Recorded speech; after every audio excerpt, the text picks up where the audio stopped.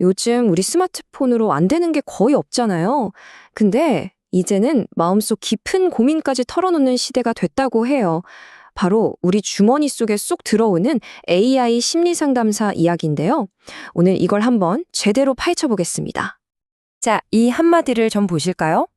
챗 GPT가 제 목숨을 구했어요. 새벽 3시에 공황 발작이 왔을 때 실제 상담사한테 연락할 수는 없었지만 AI랑 대화하면서 진정할 수 있었거든요.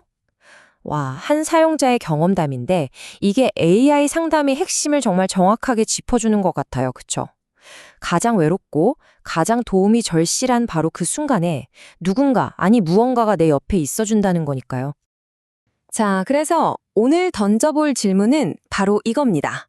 어쩌면 여러분의 다음 심리 상담사가 앱이 될 수도 있을까요? 그럼 AI 심리 상담이라는 게 정확히 뭘까요? 아주 간단하게 말하면요. 인공지능 챗봇이 우리 정신건강을 도와주는 서비스예요.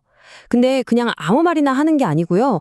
인지행동 치료, 우리가 보통 CBT라고 부르는 이미 검증된 기법들을 기반으로 해요. 이게 뭐냐면, 아, 내가 이런 생각을 하니까 기분이 안 좋아지고 그래서 이런 행동을 하는구나 하고 그 생각의 패턴을 찾아서 긍정적으로 바꿔나가는, 뭐랄까, 마음 훈련법 같은 거라고 보시면 돼요. 자, 그럼 이제 가장 궁금한 부분이죠. 인간 상담사랑 AI 상담사. 도대체 뭐가 어떻게 다른 걸까요? 한번 제대로 맞붙여 보겠습니다. 이 표를 보면 차이가 확 드러나는데요. 정말 흥미로워요. 보세요. AI는 철저하게 데이터 기반으로 패턴을 찾아내요. 반면에 인간 상담사는 공감을 바탕으로 깊은 관계, 전문가들은 이걸 치료적 동맹이라고 부르더라고요. 이걸 만들어 가죠. 또 결정적인 순간, 그러니까 정말 위기 상황에서 AI는 여기 비상연락처예요 하고 안내하는 게 한계지만 사람은 직접 뛰어들어서 책임을 지잖아요. 이 차이가 정말 크죠. 이 데이터가 그 말을 딱 증명해 주네요. 깊은 관계를 맺는데 꼭 필요한 거 바로 공감 능력이잖아요. 무려 77%가 사람을 더 신뢰한대요. 정서적 안정감이나 유연한 소통 같은 이런 인간적인 교감이 필요한 부분에선 여전히 사람이 압도적인 거죠. 하지만 바로 여기서 AI의 진짜 강점이 나옵니다. 바로 접근성이에요. 사람들은 AI한테 뭘 기대하냐면요. 언제 어디서든 상담해지는 거 41%, 그리고 완벽한 익명성 35%. 생각해보면 당연하죠. 24시간 365일 나를 기다려주고 내가 무슨 말을 해도 절대 나를 판단하지 않는 그런 상담사니까요. 편리함. 이게 또 핵심 매력 포인트입니다. 실제로 AI 상담을 써본 사람들 중에 무려 86%가 상담 시간 맞추는 게 너무 편하다고 했대요. 인간 상담사보다 훨씬 높은 수치죠. 그렇죠. 바쁜 현대인들한테는 내 스케줄에 딱 맞춰서 정신 건강을 챙길 수 있다는 게 정말 큰 메리트인 거예요.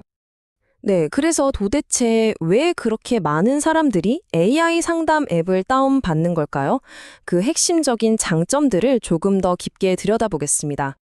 결국에는 딱 세 가지로 요약할 수 있겠네요. 첫째, 익명성. 둘째, 24시간 언제든 가능하다는 거. 그리고 셋째, 비용이 저렴하다는 점. 사실 이게 기존 심리 상담을 받으려고 할 때 가장 망설여지는 부분들이었잖아요. 그 허들을 AI가 정면으로 깨고 있는 거죠.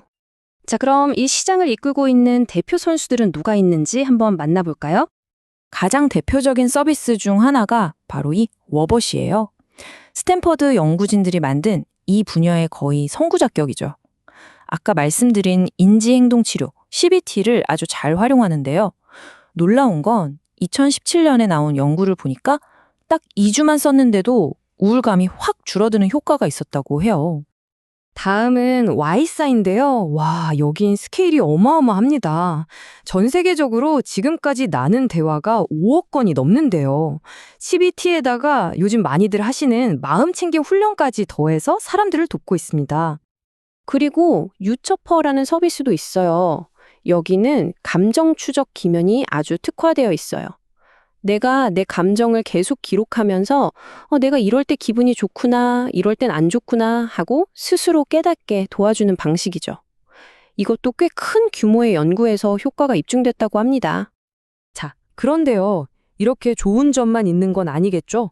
빛이 있으면 그림자도 있는 법이니까요. 이제부터는 AI 상담이 가진 좀 심각한 위험과 한계에 대해서도 반드시 짚고 넘어가야 합니다. 가끔 이 AI가 위험하거나 심지어는 해로운 조언을 할 수 있다는 아주 심각한 문제가 있습니다. 실제로 정말 끔찍하게 잘못 돌아간 사례가 있었어요. 테사라는 챗봇인데요. 미국 섭식장애 협회에서 섭식장애를 예방하려고 만든 거였어요. 그런데 이 챗봇이 글쎄 사용자들한테 체중을 줄이라고 조언하기 시작한 거예요. 아마도 인터넷에 있는 수많은 다이어트 관련 데이터를 잘못 학습한 거겠죠. 결국 병을 고치려고 만든 약이 독이 되어버린 그런 셈입니다. 이게 그냥 기술적인 실수 수준이 아니에요.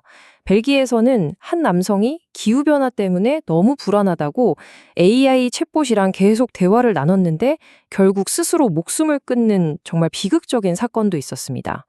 이처럼 AI의 조언이 파괴적인 결과를 낳을 수도 있다는 거 우리한테 아주 무거운 윤리적 질문을 던지고 있죠. 바로 이 지점에서 거대한 구멍이 드러납니다. 생각해보세요.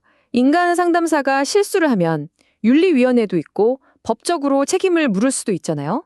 그런데 AI가 잘못된 조언을 해서 끔찍한 일이 벌어지면 그 책임은 누가 지나요? 개발자? 아니면 회사? 그것도 아니면 그걸 쓴 사용자? 이 질문에 대해서 아직 아무도 명확한 답을 내놓지 못하고 있어요. 자, 그럼 앞으로 어떻게 해야 할까요? 전문가들은 미래가 아마 대체가 아니라 협력하는 모습일 거라고 이야기합니다. 그래서 많은 전문가들이 이야기하는 가장 강력한 모델이 바로 이 하이브리드 방식이에요. 말 그대로 둘의 장점만 쏙쏙 뽑아서 합치는 거죠. 예를 들면 AI가 24시간 내내 기분 상태를 체크하거나 기본적인 정보를 제공하는 1차 대응을 맡는 거예요. 그리고 그 데이터를 싹 분석해서 인간 상담사한테 보고서를 딱 주는 거죠. 그럼 인간 상담사는 그 자료를 바탕으로 깊은 공감이 필요한 부분이나 복잡한 진단처럼 정말 사람만이 할 수 있는 일에 더 집중할 수 있게 되는 거고요. 훨씬 효율적이죠? 결국 우리의 마음은 세상에서 가장 사적인 공간이잖아요. 여러분은 그 문을 누구에게 혹은 무엇에게 열어줄 준비가 되어 있으신가요? 이 기술이 앞으로 우리 내면에 어떤 영향을 미치게 될지 한 번쯤 깊이 생각해 볼 문제입니다.